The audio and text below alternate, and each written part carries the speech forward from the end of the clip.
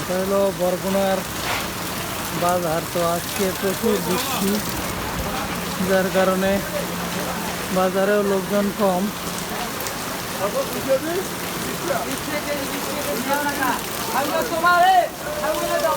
আর আমরা বের হয়েছি বাজারের ভ্রমণে, কী অবস্থা বাজারের, সবজির দাম কেমন কি।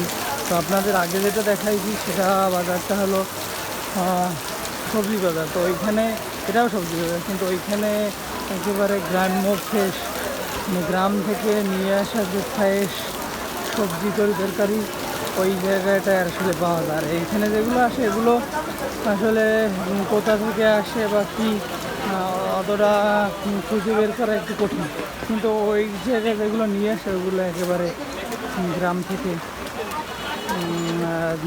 যে ফলায় সেই আর কি নিয়ে আসে। এখানেও সবজির বাগান।